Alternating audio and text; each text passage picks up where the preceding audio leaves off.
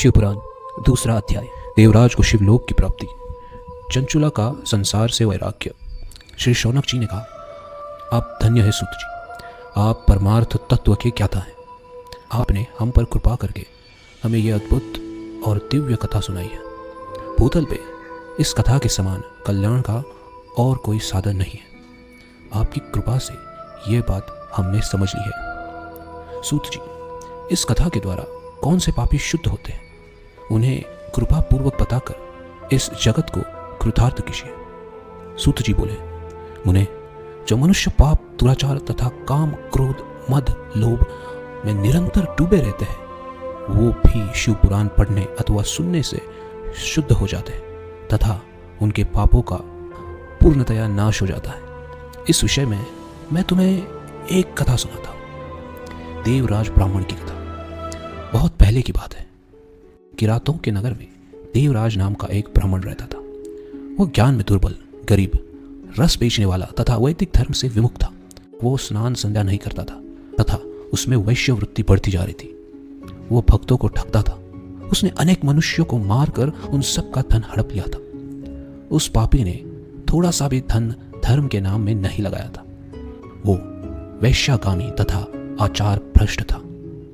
एक दिन वो घूमता हुआ दैव योग से प्रतिष्ठानापुर झूसी प्रयाग जा पहुंचा। वहां उसने एक शिवालय देखा जहां बहुत से साधु महात्मा एकत्र हुए थे। देवराज वहीं ठहर गया। वहां रात में उसे ज्वर आ गया और उसे रात में बड़ी पीड़ा होने लगी।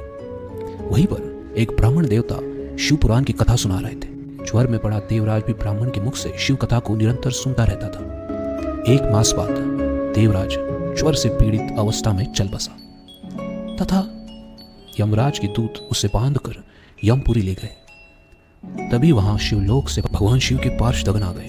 वे कर्पूर के समान उज्ज्वल थे। उनके हाथ में त्रिशूल, संपूर्ण शरीर पर भस्म और गले में रुद्राक्ष की माला उनके शरीर की शोभा बढ़ा रही थी। उन्होंने यमराज के दूतों को मार पीट कर देवराज को यमदूतों के चंगुल से छुड़ा लिया और वे उसे अपने अद्भुत विमान में बिठाकर जब कैलाश पर्वत पर ले जाने लगे तो यमपुरी में कोलाहल मच गया, जिसे सुनकर यमराज अपने भवन से बाहर आए। साक्षात रुद्रों के समान प्रतीत होने वाले इन दूतों का धर्मराज ने विधि पूर्वक पूजन कर ज्ञान दृष्टि से सारा मामला जान लिया। उन्होंने भय के कारण भगवान शिव के दूतों से कोई बात नहीं पूछी। तत्पश्चात शिवदूत देवराज को लेकर कैलाश चले गए और वहां पहुंचकर उन्होंने ब्राह्मण को करुणावतार भगवान शिव के हाथों में सौंप दिया। शौनक जी ने कहा, महाभाग सूत जी, आप सर्वज्ञ हैं। आपकी कृपा प्रसाद से मैं कृतार्थ हूं। इसलिए इस इतिहास को सुनकर मेरा मन आनंदित हो गया।